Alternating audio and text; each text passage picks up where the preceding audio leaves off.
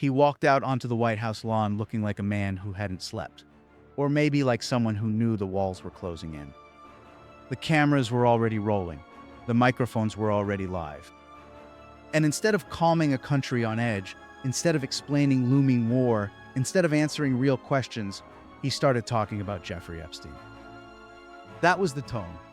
While global tensions are escalating and American troops are potentially on the brink of another Middle East conflict, Donald Trump used a nationally televised press conference to declare that he has been fully exonerated by the release of the Epstein files. Files he then immediately claimed he knows nothing about. Think about that contradiction for a second. Total exoneration from something you don't know anything about. When pressed further, he pivoted to defending Howard Lutnick, calling him a very innocent guy, despite Lutnick's documented presence in Epstein-related records and previous public minimization of those contacts. No clarification, no nuance, just blanket declarations of innocence. But it wasn't just what he said, it was how he looked saying it. After being largely absent from public view for 2 days, Trump appeared physically strained. His delivery lacked its usual rhythm. His posture sagged. The defiance was still there, but the energy felt different, thinner. The optics matter in politics, especially when your message is built around strength and dominance. Then came the moment that caught many observers off guard. When asked about former President Bill Clinton being deposed in New York regarding Epstein-related matters, Trump suddenly struck a sympathetic tone. "I like Bill Clinton a lot," he said. "I don't like seeing him deposed." This from a man who built years of rhetoric attacking the Clintons. Now, publicly expressing discomfort over Clinton answering questions under oath. It raises an obvious question. Is that empathy or projection? Meanwhile, reporters attempted to steer the conversation towards something arguably more urgent, the possibility of U.S. military escalation with Iran. That's when the messaging became even more alarming. When asked whether military action would guarantee regime change, Trump responded with a shrugging ambiguity. There might be and there might not be. It'd be nice if we could do it without, but sometimes you have to do it with. That's the pitch. Not a doctrine, not a framework, not even a fully formed strategic argument. Just a vague acceptance that sometimes war is necessary, maybe. He followed it up by emphasizing that the United States has the greatest military anywhere in the world, adding that he'd love not to use it, but sometimes you have to. This comes as inflation pressures continue domestically. Healthcare access remains strained, and housing affordability is a crisis in many states. The American public hears talk of regime change abroad while dealing with economic instability at home. And the rhetoric didn't stop there. In the same breath as discussing Iran, Trump floated the idea of a friendly takeover of Cuba. A friendly takeover.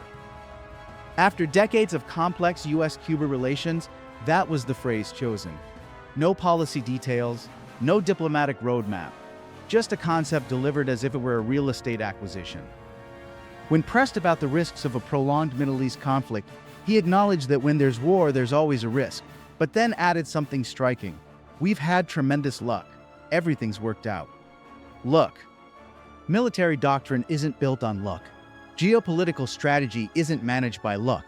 But that's the word he used repeatedly, referencing past operations and suggesting similar outcomes would follow. At the same time, instability is spreading beyond one theater.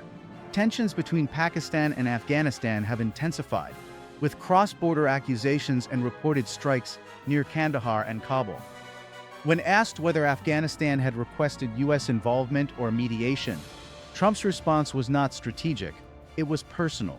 "I get along very well with Pakistan," he said, praising its leadership. That statement carries weight, especially given Washington's delicate balancing act with India over decades. Diplomatic relationships in South Asia are rarely simple. Alignments signal consequences. There are also broader economic layers. Pakistan's reported financial interactions with ventures connected to Trump world business interests have raised eyebrows among analysts watching for conflicts of interest.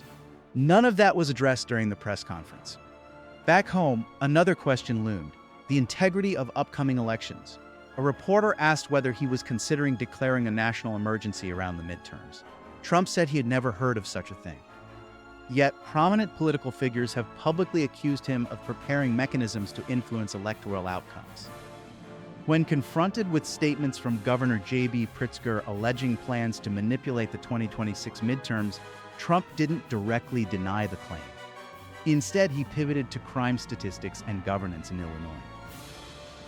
Deflection has long been part of his communication style, but the cumulative effect is different in a moment like this, when global conflict, domestic unrest, and legal scrutiny are intersecting simultaneously. Throughout the day, his social media feed told its own story. Reposted electoral maps from 2020 claiming victory margins that have been legally and officially rejected. Attacks on media platforms for insufficiently favorable coverage. Amplification of voices demanding prosecutions over alleged election theft.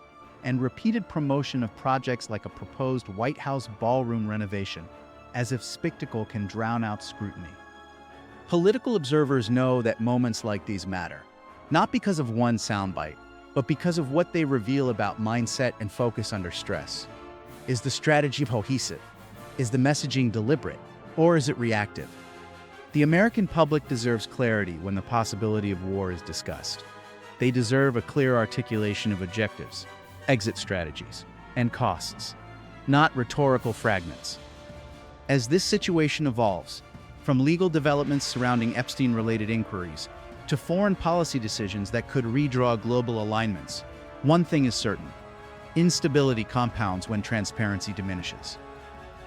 We are entering a period where multiple flashpoints are active at once.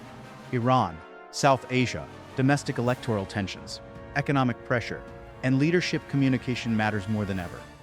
What you saw on that lawn wasn't just a press conference. It was a snapshot of governance under strain. Whether that strain produces recalibration or further escalation remains to be seen. Stay informed, watch the actions, not just the words. And pay attention to what gets emphasized, because in politics, what a leader chooses to talk about often tells you more than what they avoid.